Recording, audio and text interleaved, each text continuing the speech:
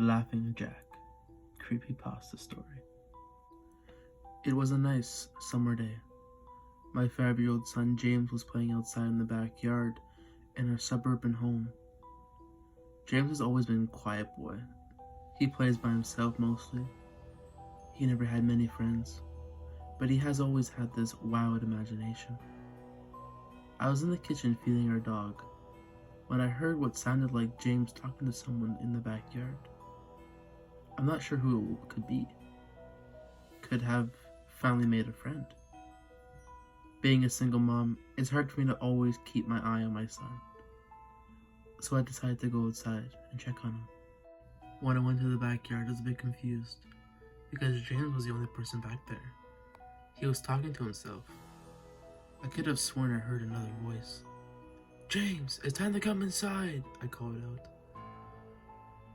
He came inside and sat down at the kitchen table. It was just about lunchtime, so I decided to make him a turkey sandwich. "James, who were you talking to out there?"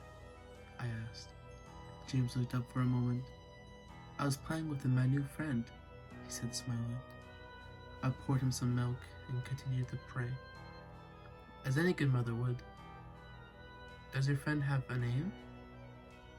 Why did you ask him to have lunch with us?" I asked.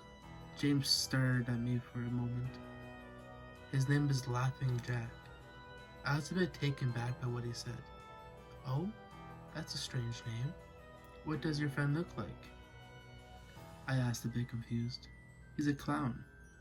He has long hair, a big swirly cone nose. He's got long arms and baggy pants with striped socks, and he's always smiling." I realized my son was talking about an imaginary friend. I suppose it's normal for kids his age to have imaginary friends, especially when he has no real kids to play with. It's probably just a phase. The rest of the day went by per usual, and it was starting to get late, so I put James to bed. I tucked him in, gave him a kiss, and made sure to turn his nightlight on before I closed the door. I was pretty tired myself, so I decided to go to bed not long after. Had an awful nightmare. It was dark. I was in some kind of run-down amusement park. I was scared, running through endless fields of empty tents, broken down rides, and abandoned game huts. The whole place had a horrible look to it. Everything was black and white. The prized stuffed animals all hung from nooses in the game huts, and all the stick grins stitched on their faces. It felt like the whole park was looking at me, even though there wasn't any other living thing in sight. Then suddenly, I began to hear music play. The sound of Pop Goes the Weasel begins to be played on a squeeze box echoed through the park. It was hypnotizing. I followed its tune to the circus tent, almost in the trance. Unable to stop my legs moving forward, it was pitch black. The only light came from a single spotlight shining on the center of the big top. As I walked towards the light, the music slowed down. I found myself singing along, unable to stop. The music stopped right before its climax, and suddenly, the lights shot on. The intensity of the lights was practically blinding. All I could see was the small, dark silhouette shuffling towards me. Then another one appeared, and another, and another. There were dozens of them, all coming towards me. I couldn't move, my legs were frozen. All I could do was watch as the haunting figures draw near. As they got closer, I could see they were children. As I looked at each one, I noticed they were all horribly disfigured. Some had cuts over their body, others were severely burnt, and others were missing limbs, even eyes. The children clawing at my flesh, dragging me to the ground, and tearing inside me. As the children tore me apart, and I faded away, all I could hear was laughter, horrible, evil laughter. I woke up next morning in a cold sweat. After taking a few deep breaths, I looked over and saw that the few James action figures were positioned facing me on top of my nightstand. I sighed. James had probably woken up early and put these here. I gathered up all the toys and made James his room. However, when I opened the door, James was sound asleep. I shrugged and placed the toys back in the toy box and headed out to the living room. A little while later, James woke up and I made him breakfast. He was quiet, seemed a bit groggy. Perhaps he didn't sleep well either. I decided to ask him about the toys. James, honey, did you put the toys in Mommy's room this morning? His eyes shot up at me for a moment, then quickly glanced down in his cereal. Laughing Jack did it. I rolled my eyes and responded, "Well, you tell Laughing Jack to keep those toys in your room." James nodded and finished up his breakfast, then decided to go play out in the backyard. I went to relax in the living room, and I must have dozed off because I woke up a couple hours later. Shit, I need to check on James. I was a bit worried. It's been over 2 hours, and I haven't checked on him. I went and stepped out into the backyard, but James wasn't there anymore. I was getting nervous, so I called him out. James! James, where are you? Just then, I heard a giggle come from the front yard. I rushed to the gate around the front of the house. James was sitting on the sidewalk. I breathed in a sigh of relief and walked over to him. James, how many times have I told you to stay in the back? James, what are you eating? James looked at me and then reached into his pocket and pulled out a handful of candles in all colors. This made me very nervous. James, who gave you all those candles? James just stared at me, not speaking. James, please tell Mommy where you got that candle. James hung his head down and said, Laughing Jack gave it to me. My heart sunk. I kneeled down to look him in the eye. James, I've had enough of this damn Laughing Jack thing. He's not real. Now, this is a very serious situation, and I need to know that who gave you that candy. I looked at my son's eyes, and they were tearing up. But Mama, Laughing Jack did give me the candy. I closed my eyes and took a deep breath. James has never lied to me, but what he's telling me is impossible. I make him spit out the candy, and I throw the rest away. James appears to be fine. Maybe I'm just overreacting about all that I've gotten into. Tom and Linda from next door, or Mr. Walker down the street. Either way, I'm going to have to keep a closer eye on James. That night, I put James to bed, as usual, and decided to go to my bed early myself. Suddenly, I was woken up by a loud bang coming from the kitchen. I sprang out of bed and hurried downstairs. When I got to the kitchen, I was horrified. Everything on the counters has been thrown to the floor, and our dog hung dead from the light fixture. His stomach was cut open and stuffed with candy, the same type that James was eating earlier that day. My shock was quickly broken by a sharp scream coming from James' room, followed by a loud crash. I quickly grabbed the knives from the drawer and moved up the stairs, the speed that only a mother whose child in danger would have. I burst through the door and flicked on the lights. Everything in the room was knocked over and tossed on the floor.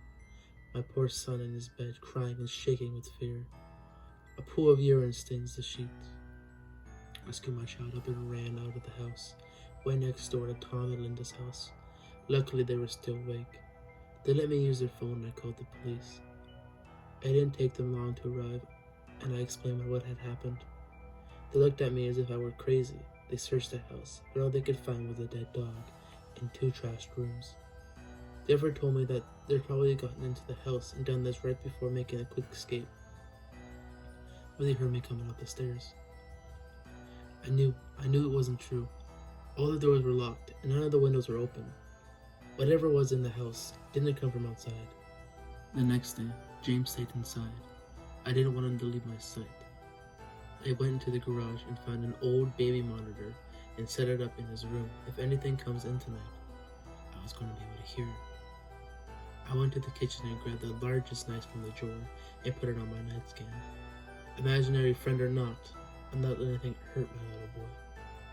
Soon enough, night came. I put James to bed. He was afraid. But I promised him that I was going to let nothing happen to him. I tucked him in, gave him a kiss, and turned the night light. Before closing the door, I whispered to him, "Good night, James. I love you." I tried to stay up as long as I could, but after a few hours, I felt myself drifting off. My baby would be safe for the night, and I need to sleep. Just as I lay my head onto the pillow, I heard a soft noise come from the baby monitor I had put on my nightstand. At first, it sounded like interference, like the kind of radio would make. Then, it turned into a soft moan. Was James asleep? Then I heard it. The laugh from my nightmare. The horrible laugh. I sprung up the bed and grabbed a knife from under my pillow. I rushed over to James and creaked the door open. I tried to switch on the light, but it wouldn't come on. I took a step in, and I could feel warm, thick liquid on my feet. Suddenly, James' nightstand came on, and I could see the absolute horror laid out in front of me. James' body was nailed to the wall, the nails piercing through his hands and feet. His chest was cut wide open, and his organs hung down to the floor. His eyes and tongue had been removed as long as most of his teeth. I was disgusted. I could hardly believe this was my baby boy. Then, I heard it again, a soft, desperate moan. James was alive. My baby boy, my poor baby boy, in so much pain, barely came to life. I ran across the room and vomited on the floor. My sickness was interrupted by a horrible crack coming from behind me. I spun around. Then, out of the shadow, emerged the friend responsible for all this horror. Laughing Jack. His ghost, white skin and matted hair, hung down to his shoulders. He had piercing white eyes surrounded by dark black rings. His twisted smile revealed a row of sharp, jagged teeth, and his skin didn't look like skin at all. It almost looked like rubber or a plastic. He wore a patchy black and white clown outfit with striped sleeves and socks. His body itself was grown tight, his long hanging down his waist, and the way he positioned made him look almost boneless, like a rag doll. He let out a sickening laugh, as if to let me know he was pleased with my reaction to his work. He then turned around slowly in front of James and began to laugh even more, the horrific sight he has laid out. That was enough to shake me out of terror. "Get away from him, you bastard!" I rushed at the monster, raising my knife above my head and stabbed him down. But as soon as the knife touched him, he disappeared in a cloud of black smoke. The knife passed right through him and pierced James, still bleeding hurt, splashed a warm blood on my face. No. What have I done? My baby. I killed my baby. Immediately fell to my knees. I could hear sirens in the distance growing louder. My boy, my sweet boy. I promised Mommy would protect you, but I failed. I'm sorry. I'm sorry, James.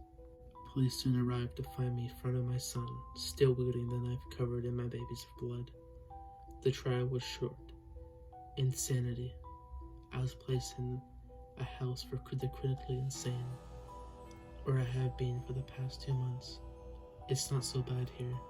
The only reason I'm awake now is because someone is playing Pop Goes Away Zelda in my room.